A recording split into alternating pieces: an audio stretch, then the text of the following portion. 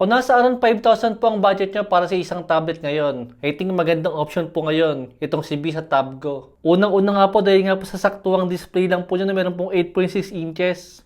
Saka buti naman guys, consistent pa rin po si Itel na magbigay po ng SIM card slot sa mga tablet po nila kahit po sa gintong kamura. Dahil sa ibang brand po, kahit po yung mga mas mahal dito sa kanya, wala po silang mga SIM card slot. Pero ito pong sa Itel, mura po yung presyo niya, pero meron po tayong SIM card slot dito. Nagse-sale po guys yung tablet na to ng around 4,000 lang at kung sakaling compact size tablet nga po yung hanap natin. Yung madali po siyang bitbitin, yung hindi po masyadong kalakihan. Like po ng ibang tablet po na umaabot nga po ng higit 10 inches. Ding napakagandang option po ngayon, itong sa Itel Visa Tab Go. Kung sakaling ganitong klase ng tablet nga po yung hinahanap natin. Lalo kung mahilig nga po kayo manood ng mga videos, medyo mababa nga lang po guys yung resolution niya na meron lang pong 800p. Pero guys, para po sa isang tablet, hindi na po problema yan. Lalo po kung ganitong kamura lang. Saka malaki rin po yung kanyang battery na meron pong 7,000 mAh siya battery. Matagal na rin pong malobat yung ganito guys para po sa ganitong klase ng display. At 800p nga lang po yung resolution niya. Samahan pa nga po ng Android Go Edition lang, kaya mabilis din po siyang gamitin. Unisoc T7250 yung kanyang processor. Same lang po ito ng mga maraming entry level ngayon sa mga around 4,000 nga lang po na presyo. Kaya decent lang po guys yung makukuha nating performance sa kanya. Kung maglalaro kayo dito guys sa Mobile Legends, I think okay naman siya dito. Saka buti naman kahit pa paano naka-dual speaker pa rin siya. Ang kaso guys, hindi po ganun kagandahan yung kanyang speaker kahit naka-dual speaker to. Mas okay po guys kung mahilig po kayo manood ng movie. Mas okay po na mag-headset po kayo o mag-connect po kayo ng Bluetooth speaker sa kanya para mas ma-enjoy po natin yung mga pinanonood natin sa kanya. Sa package pala niya guys, meron po siyang previous na kasama na case. Then meron po siyang painting brush na kasama rito. Then minamarket ka rin po ito ni Itel guys na learning center din. Ito po guys, pakita ko po sa inyo yung learning center na Itel dito. Pag open po natin, ito po yung magiging itsura niya. Para po siyang isang tablet guys sa mga pangbata. Meron tayong mga kanta rito. Pero syempre guys, kailangan po natin ng internet sa kanya. Para po siyang itsura niya guys, is para po siyang YouTube Kids. Yan guys, so meron siyang mga video rito. At pwede po tayo magpalit ng language kung anong klase po ng language yung mga pinanonood natin. Yan po guys, so masiset po siya sa mga Tagalog na mga palabas. At pagka English, yan guys, so mga English siya. Then, kung may nagsasalita sa inyo ng Indonesia, na yan po guys, so meron din siya. Dito po tayo sa may Pilipino para mas makita natin.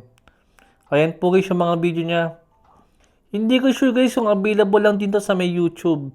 Pero guys, ang kagandahan nga nito kung sakaling ayaw nyo po na kung ano-ano po yung mga pinanonood ng anak nyo. Na kung ayaw nyo po nakakanood guys yung anak nyo ng tungtong sahur. O kung ano-ano guys, eto guys oh.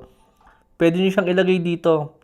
Ang napansin ko lang po sa kanya pagka po nakaselect yung Pilipino na language natin is medyo limited lang po yung mga magiging yung mga content po na makikita natin. Dahil pagka nilagay po natin sa may all, yan guys oh, lalabas po yung ibang mga available na video nyo dyan. Pero pagka nga po nakaset yung Tagalog or yung Pilipino, wala po siyang lalabas dyan. Yan po siya guys oh. Yan. Marami siyang mga video rito. Ito pa guys oh, meron pa siyang K-12 academic.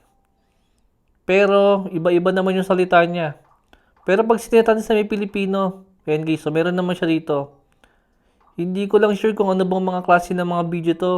Or kung meron din naman sa may YouTube po ng ganitong klase ng mga video. Or baka naman, ewan ko guys, kung anong klase ng mga video to. Pinakita ko lang po sa inyo kung sakaling interested po kayo. Dahil minamarket nga po siya ni Itel na meron po siyang learning center. Ayan po guys yung mga video sa kanya.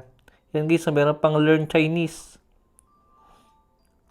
Then, grade programs. Ayan guys, yung mga video sa kanya.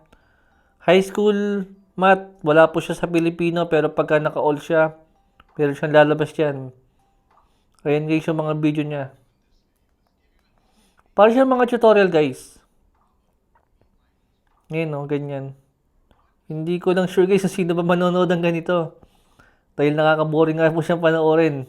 Ayan o. Dahil nag-tablet nga po tayo para malibang. Pero guys, kung gagamitin nyo nga po itong learning center po ni Itel, ayan po guys yung mga makikita natin ng mga content sa kanya. Yan. Pero syempre yung ibang mga salita dito is hindi natin naiintindihan dahil ibang salita nga po siya. Yan. Then, yan, meron siyang mga stories din dito, mga pambata. Yan guys. Inap ko na lang yung volume para hindi tayo makopyright. Ayan po guys yung ibang mga ano rito. Ulitin ko guys, kailangan po nyo ng internet para ma-access natin. Ito mga nakalagay dito. Yan o. Hindi ko lang sure kung pwede ba siyang i-save. Ayan. Pero, I think hindi siya pwedeng ma-save. Tingnan natin. Ayan. Wala naman siyang available dito na pwede nating i-download siya ng bukod. Parang mas okay sana guys no kung pwede siyang i-download ng naka-offline para ma-access pa yan siya pagka po wala tayong internet. Or kung sakaling ayaw nyo nga po mag-internet yung anak nyo na bibigyan nyo ng ganito klase ng tablet. Ayan po siya guys. Yan po yung learning center ni Aita dito na nakalagay. Dito po sa may design niya, naka-plastic built lang po ito guys. Expected na po ito para sa ganitong presyo. I think guys, ang isang downside nga po ng ganitong klase ng mga tablet para po makakuha tayo ng decent na battery, yung magandang display kahit pa paano, at medyo mabilis nga po na processor. Siyempre, ang downside po ng ganitong tablet, hindi po ganun kaganda at di po ganun kataas yung megapixel ang mga camera nila. Kaya kung sakaling camera po yung pag-uusapan natin, hindi po siya ganun kaganda. Ito pong sa Itel Visa Tab Go. Yung SIM card slot lang po guys, napakalaking tulong na po niya para sa isang tablet ngayon. Kaya para po sa meron 4,000 to 5,000, maganda po yung consider ang tablet to ngayon. One last thing pala guys, naka 4GB RAM po pala siya. Saka po 64GB na internal storage lang. I think di naman na masama yan. Pero at least nga po, is meron siyang SD card slot para dun po tayo makapaglagay ng mga ibang files natin.